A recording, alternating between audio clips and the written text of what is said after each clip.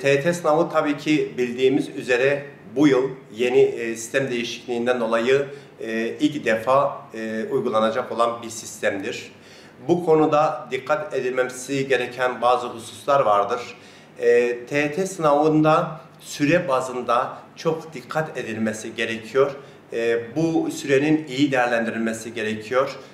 Bu süre iyi değerlendirebilmesi için de tabii ki dikkat eksikliğinin olmamasında fayda vardır. TYT bildiğimiz üzere 40 tane Türkçe, 40 tane matematik ve 20 tane fen, 20 tane sosyal sorusundan oluşmaktadır. Bu sorulara verilen zaman dilimi 2 saat 15 dakikadır. 2 saat 15 dakikadır. Bu 2 saat 15 dakika süresi içerisinde sınav süresini çok iyi değerlendirilmesi gerekiyor. Bu sınav süresinin değerlendirilmesinde karşımıza zor sorular çıkabilir. Zor sorular çıktığı zaman onları atlamamızda fayda vardır. Bildiğimiz soruları yaparak daha seri bir şekilde zamanda tasarruf sağlayarak yaparak daha sonra testi bitirdikten sonra bilmediğimiz soruları üzerinde daha fazla zaman ayırabiliriz. Tabii ki bu boş bıraktığımız sorularda dikkat etmemiz gereken husus şudur. Optiğe kodlama yaparken kesinlikle çok dikkatli olmanızda fayda vardır. Tabii bu yeni sınav sisteminin bazı olumlu ve olumsuz tarafları vardır. Bunları ifade edecek olursam, sınav sisteminde eskiden YGS sınavımız vardı. YGS sınavımız Mart ayında yapılıyordu. Mart ayında yapıldıktan sonra öğrenciler başarı sağlamadığı zaman veya orada barajı geçmediği zaman tabii Mart'tan sonra artık eğitim öğretime bir nevi devam edemiyordu. Bir başka yıla bırakıyordu. Orada yaklaşık 3 aylık bir sürecin boşa geçmesine neden oluyordu. Bu sınavın Haziran ayına alınması öğrencilerin derslerden kopmasının önüne geçmiş ve önemli bir avantaj sağlamıştır. Öğrencilerin sınavda çıkabileceği bütün konuları, bütün üniteleri işlemesine neden olmuş. Bu da öğrenciler için bir avantaj konumundadır diyebiliriz. Tabii ki TYT sınavında, YGS'nin yerine gelen TYT sınavında burada sadece Türkçe ve matematikte soru adetleri aynı olmakla birlikte ama fen bilgisi ve sosyal bilgilerdeki soru adetlerinin azaltılması kapsam geçerliliğini nispeten düşürmüştür. Bu soruları çözerken öğrencilerin çok daha hassas ve çok daha dikkatli olması gerekiyor. Bu sorulara yoğunlaşmalı ve dikkat ederek bu soruları da çok rahat bir şekilde konuya hakim olan öğrenciler çözebileceklerdir. AYT sınavında ise bu sistemin bize sağladığı avantajlardan birisi de şudur.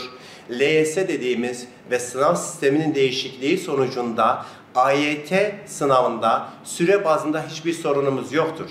Bunların ayrı ayrı kitapçıklar değil de tek kitapçık adı altında verilmesi ve 180 dakikalık geniş bir zaman diliminin verilmesi burada fen sınavına girecek olanlar sayısalcılar, sözelciler ve eşit ağırlıkçılar olarak çok güzel bir süre bulunmaktadır. Bu süreyi çok iyi bir şekilde değerlendirmelerinde tabii ki fayda vardır. AYT sınavı bildiğiniz üzere pazar günü olacak bir sınavdır.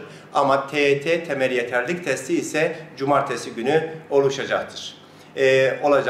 Tabii ki sınav süresi içerisinde zamanı iyi kullanmak en önemli husustur. Buna çok dikkat edilmesi gerekiyor.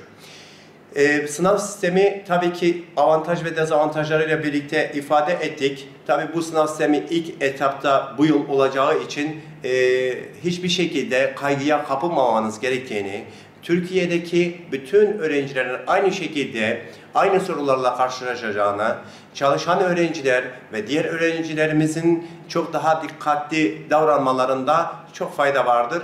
Ve burada sınav sadece bir araçtır, bir amaç değildir. Yani tamamıyla hayatımız sınavdan ibaret değildir ama dikkat ettiğimiz zaman Aşırı kaygı bizi başarısızlığa götürecektir. Aşırı heyecan bizi başarısızlığa sürükleyecektir.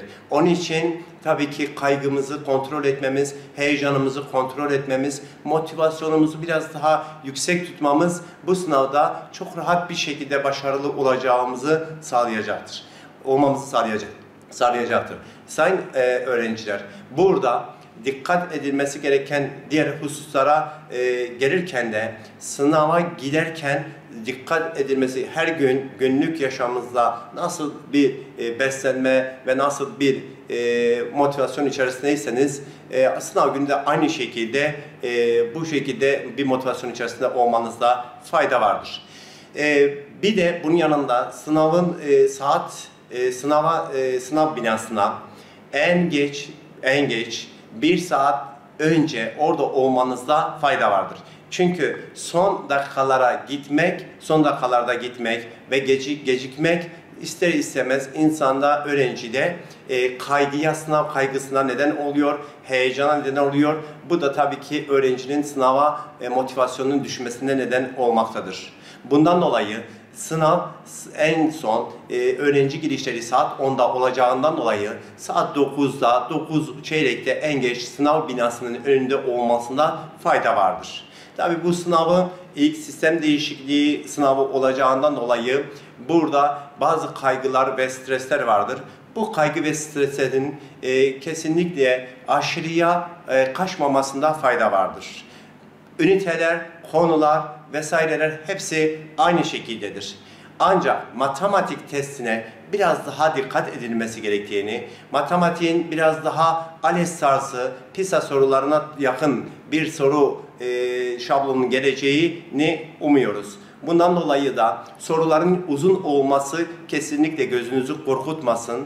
Sadece dikkat etmeniz ve mevcut bilgilerinizi, öğrenmiş olduğunuz, bir yıl boyunca emek verdiğiniz, öğrendiğiniz bilgileri bu şekilde dikkat ederek, motivasyonunuzu yüksek tutarak okumanız sizin için büyük bir avantaj olacaktır. Kesinlikle çok zor soru da olabilir ve kolay ve orta düzeyde sorular da olabilir. Ancak kitapçıklar farklı olduğundan dolayı ilk sayfayı açtığınız zaman zor bir soruyla karşılaştığınızda kesinlikle paniğe kapılmanıza gerek yok. Bu işte matematik sorular veya Türkçe veya sosyal veya fen çok zordur, yapamam kaygısına kapılmanıza gerek yok. Birinci soru zor ise hemen ikinci soruya geçin. Ve göreceksiniz ki çok daha basit soruların da olduğunu, orta düzeyde soruların da olduğunu ve tabii ki zor sorularda muhakkak bütün sınavlarda bulunmaktadır. Çünkü kolay sorular, orta düzeyde sorular ve zor sorular sorulmaktadır. Kitapçıkların farklı olması sizi kaygınızı arttırmasın. Kesinlikle süreyi iyi kullanabilmek için zor gördüğünüz, çözmeye çalışıp da takıldığınız sorular olduğu zaman hemen o soruyu geçmenizde fayda vardır. Çünkü zaman sınav esnasında çabucak geçmektedir. Zamanın nasıl geçtiğini anlamamaktayız. Bundan dolayı soruyu biliyorsak hemen çözeceğiz. Soruyu bilmiyorsak da hemen diğer sorulara geçeceğiz. Bir an önce o soruları bitirdikten sonra kalan süremizi optimizle tabii ki kodlayacağız. Kesinlikle buna dikkat edin. Optimizi son dakikalara bırakmayalım. Çözdüğümüz, emin olduğumuz soruları optimize kodlayacağız. Kalan süreyi ise çözemediğimiz, atladığımız soruları ayıracağız ve bu şekilde inşallah sınavda başarılı bir şekilde çıkacaksınız. Yani bu sınav tabii ki Türkiye'deki bütün öğrenciler için geçerli olmasından dolayı bu da kaygınızı ve stresinizi tabii ki çok fazla artıracak bir seviyeye ulaşmamasında fayda vardır. Çünkü aşırı kaygı ve heyecan, stres bizim öğrencilerde başarısızlığa neden olmaktadır. Tabii ki sınav sonucunda velilerimize de bir tabii ki tavsiyemiz olacaktır. Bu sınav sistem değişikliğine bağlı olarak öğrencilerde ister istemez sınav kaygısı, stresi ve heyecanı olmaktadır. Olabilir ki öğrenci normal bir şekilde daha başarılı iken sınav sonucunda bir talihsizlik yaşayabilir ve puanlarında düşük bir puan gelebilir. Bu konuda velilerimizden tabii ki tek ricamız bu konuda daha duyarlı olmaları, öğrencileri anlamaları, başarı da, başarısızlık da ister istemez olacaktır. Önemli olan gençlerimizi anlamamız ve başarısızlıklarına da yanlarında olmamız, onları bir nevi manevi destek vermemiz ve sınav tabii ki bir yıl olmadığı zaman ikinci yılda çok daha güzel sonuçlar doğurabilecektir. Bundan dolayı velilerden sadece ricamız, velilerimizden ricalarımız kesinlikle öğrencilerimizi psikolojisini bozacak bir şekilde ve onları rencide edecek bir şekilde başarısızlıklarının üzerine vurmayalım. Birbiriyle kıyaslamayalım. Çünkü her bireyin zeka seviyesi, her bireyin potansiyeli farklı olduğu için ve bazen de şanssızlıklar insanı bulduğu için başarısız olan varsa da öğrencilerimiz, velilerimiz bu konuda duyarlı olmasını istiyoruz. YGS'den ve LYS sınavından TYT ve YKS'ye gitmemiz hani bizi etkiledi mi? Etkiledi, çünkü Mart ayına gireceğimiz sınavın Haziran'a ertelenmesi bizim hazırlanmamızı çok kötü etkiledi. Çünkü biz Mart'ta gireceğimiz ilk önce YGS'nin konularını öğrendik. Daha sonra o sınava girdikten sonra TYT yani LYS'ye çok rahat çalışabilirdik. Ama hani böyle olması bizi etkiledi. Ama dershanedeki hocalarımız olsun, rehberlikteki hocalarımız olsun bize çok yardımcı oldular. Onların bizim üzerimizde çok emekleri var. Bizi hazırladılar, bizi eğittiler, sorularımıza yardımcı oldular. 12 yıl boyunca ben okul okuyacağım. Daha sonra hani hazırlanacağım, bir yılda hazırlandım. Sonra benim hayatımı etkileyecek, tümüyle etkileyecek bir sınav 2 saat ayrılması benim için bir adaletsizliktir.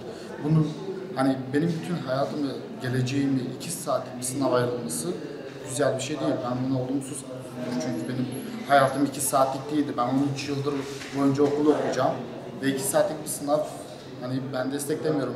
Bence öğrencilere lise, hani teknik liselerin açılması lazımdı. Bizim hani Avrupa'daki gibi bir eğitim, Amerika'daki bir eğitim almamız gerekirken neden böyle bir saçma eğitim aldığımızı ben de bilmiyorum. Hani bence olmaması gereken bir eğitim hani şu anki eğitimi ben desteklemiyorum. Seferinde sınav değişiyor ve değişikliğe neden oluyor. Bu öğrenciler üzerinde olumsuz bir baskı uyguluyor. Çünkü öğrenciler neye gireceklerini bilmiyorlar. Bu sınav değişti ve değişim de dönem ortasında oldu. Öğrenciler gerçekten hangi soruları göreceğiyle ilgili bir fikir sahibi değiller. Bu yüzden öğrenciler tedirgin ve bu öğrencilerde baskı yaratıyor. Bu açıdan öğrencilerin psikolojisini olumsuz etkilediğini düşünüyorum. Keşke YGS, LYS sınav sistemi değişikliği en azından dönem ortasında olmasaydı. Tabii ki de hayatımızın şekillenmesi açısından bir engel olarak görüyorum sınavı. Çünkü hayatımızda neler olacağını bilmiyoruz ve sınava girdikten sonra 12 yıllık bir eğitim sistemini sen 2 saatte öğrencilerin üzerine yıkamazsın diye düşünüyorum. Çünkü bütün emeğinin karşılığı o 2 saatin içinde olduğunu düşünüyorum. Bu yüzden sınav sistemine genel olarak karşıyım. Hani bilginin bir ölçütü değil bana göre sınav.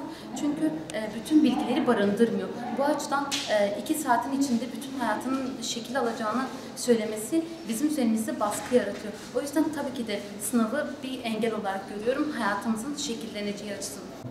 Bence YGS ve LYS'den YKS'ye geçilmesi sayısalcı olarak beni iyi etkiledi. Çünkü benim fen açısından bir sıkıntım vardı.